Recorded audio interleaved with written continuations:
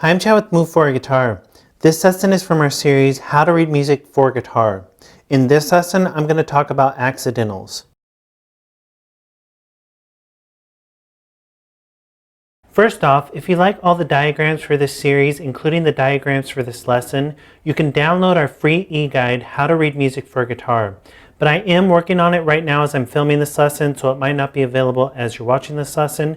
If it is available, a link will pop up on the screen that'll allow you to download it. And like I said, it's free, so there's no reason not to download it when it is available. This is part 19 from our series, How to Read Music for Guitar. If you'd like to go back and start at the beginning, you can click the link on the screen. So I mentioned before that to get a sharp or a flat, that you just take the note and write a sharp or a flat in front of it. For example, what's right here is an A sharp, what's right here is a B flat, which are enharmonic equivalents, meaning they're the same pitch with different names. And if you look on your fretboard, you have both options for which one you would call it, and then the musical situation determines what you would call it. And I mentioned when I was talking about sharps and flats that these are called accidentals, the sharp sign and the flat sign. But there's also other accidentals besides those two, and there's rules for how they're used when you write them in music. And that's what I'm going to talk about in this lesson. So here's something in the key of A. It has 3 sharps. That means it's in the key of A. If you wrote the key signature, you wouldn't have to write the sharps in here or the accidentals in here for C sharp, F sharp, or G sharp, because this is telling you that they're already in there. If you didn't have a key signature written, you'd have to write them in front of each of those, which would get really messy. And since this is just in the key of A, it makes a lot more sense to use a key signature and keep everything clean. But there's going to be times where you have a key signature or no key signature. This applies to no key signature as well, which means you're either in the key of C or that it doesn't fit well within a key. So everything I'm talking about will apply whether there's a key signature as well. But even if you have a key signature telling you what sharps are in here, there's going to be times when you're going to run across something like this, where even though there's sharps written here, you'd have sharps written in the notes right here, or you might find a flat or something like this, which is actually called a natural sign. So that's another accidental.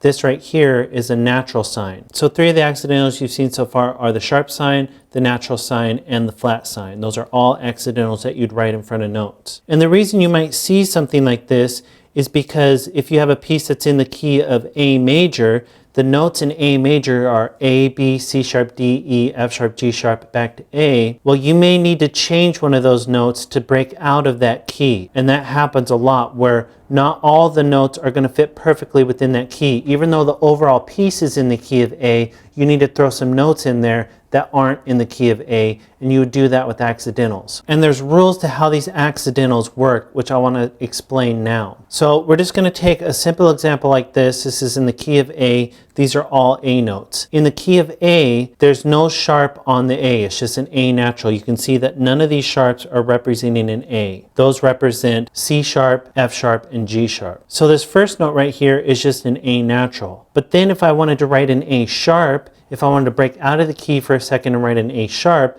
I would write a sharp in front of it. So even though this is in the key of A, and in the key of A it's an A natural, if I need an A sharp, I just write it like that with an accidental. That's really simple. But then there's rules beyond that. Anytime you write a sharp or an accidental, that's going to apply to all the notes after it within a bar unless otherwise notated. So for example, right here is A sharp. That means since nothing is written right here on this A, this is an A sharp as well. Because whatever is written on one of these notes carries all the way through until the next measure unless otherwise notated. And since this doesn't have anything else written on it, it's picking this sharp up again. And that only applies to notes that are in the same space or on the same line. So since these are all A's in the same space, whatever happens to one is going to carry through. Because anything that happens as an accidental carries all the way through until the next measure cuts it off. But anything that happens within that same space or line is going to pick up that last accidental unless otherwise notated. So this sharp is written right here to make this an A sharp. Since nothing's written on this A note and it's in the same space, so it's the same octave, same pitch, this is picking up that sharp as well. This one right here is telling you that it's canceling the sharp out. So a natural is going to an A natural now. So now this note is an A natural. It's canceling this sharp out. So whatever happens further up cancels out what happened down below. And whatever's happening as an accidental here is canceling out what's happening in the key signature. So in this key signature, there's no A sharp written, but this is writing an A sharp. That cancels out the fact that there's no A sharp written there. This sharp is written, this one picks it up because it's in the same space. This one is written ahead of it, this accidental, which is a natural sign, so that cancels out what happened here, and this is going back to an A natural. And just remember, any accidental only applies to a note that's in the same line or same space. If we had an A in a different octave than these, this sharp would not affect it. That's different than what happens in a key signature. In a key signature, it represents all octaves. So even though this F sharp is only written on this line, it would apply to Fs in every octave. So any place you saw an F would get that sharp. That's not the same when it happens with accidentals. It only applies in the same octave. And it only applies within one measure. So if this natural wasn't here, this would be a sharp as well because it picked it up from here. But this bar line would cancel this sharp out, and this one would go back to an A natural. So remember, it only happens within one bar. So these are the notes you would get: A sharp again because it picked up that sharp, A natural because this natural sign canceled out the sharp, and then these are just A naturals. But another example would be this. So now I have A natural again, I have A sharp here, that's canceling out what's happening in this key signature. These two are both A sharps as well because there's nothing written in front of these, so it's just picking up this sharp because it's in the same octave, it's in the same space. This is an A natural because this bar line canceled out this sharp. And then we picked up a sharp here, so this is A sharp again. This is an A, but it's an A natural because this sharp is in a different octave. It's in this space here, so it doesn't have anything to do with this A. It doesn't affect it at all. This A is in the same octave, same space. There's nothing written here, so it's picking up this sharp again, so it's an A sharp. So it would look like this. Or here's another example. Again, just an A natural. Again, we've gone to an A sharp. This one is an A sharp again because it's picking up this sharp, and even though there's a note in between them, it's still, there's nothing represented here to cancel it out, and it's in the same octave, it's in the same space, so this is an A sharp. We hit this bar line, so this is an A natural because this bar line cancels out that sharp. Then right here is a C natural. And in the key signature, C's are sharped, but this natural is canceling out what's happening in the key signature, so now this is C natural instead of C sharp. This is a C as well, but it's in a different octave, so this is a C sharp, which is picking it up from this key signature, and it's in a different octave, so this natural doesn't affect it. Then we have another C that's in the same space, which means the same octave as this one, so this again doesn't have anything written in front of it. It's a C natural, so it would look like this. And just one more, I'm not going to go over it because I've gone over it plenty, I think, but you can see these, and if you try to figure out for yourself, you can just pause it and try to figure it out for yourself.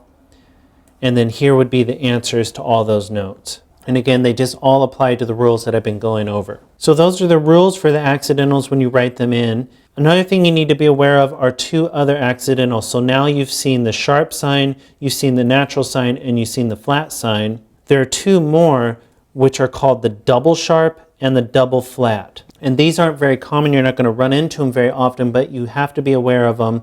And I'm not going to get into the musical situations for why they're used. We'll get into that in other lessons. That's beyond the scope of this lesson. But just be aware of, if you see this little X in front of a note, that means it's a double sharp, two sharps put together. And then these two little flats are obvious. It's just two flats put together in front of this note, which would mean that this double sharp is an A double sharp, which is the exact same pitch as this note, which is a B.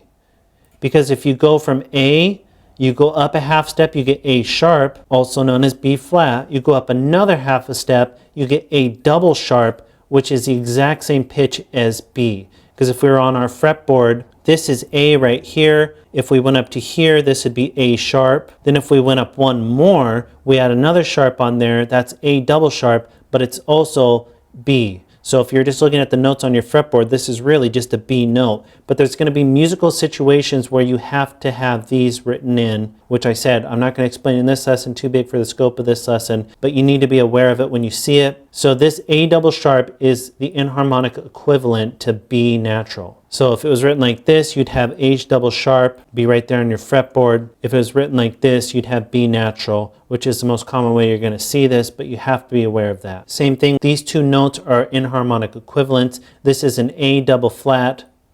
This is a G natural. A double flat is the enharmonic equivalent of G natural, meaning same pitch, different name, and the musical situation just determines what name it's going to be called. If you went from an A natural down a half a step, you get A flat.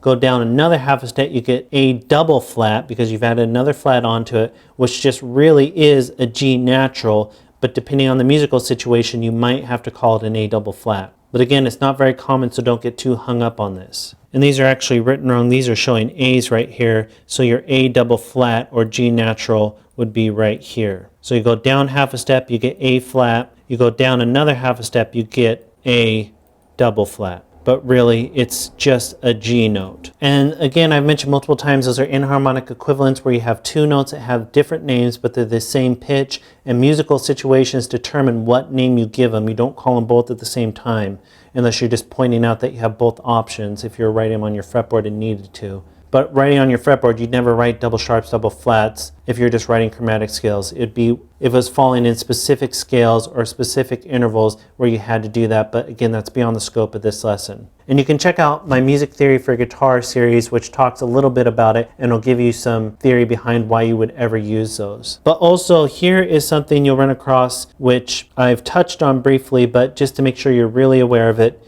This written right here is an E sharp. And if you look on your fretboard, there's no E sharp because between E and F is just a half step.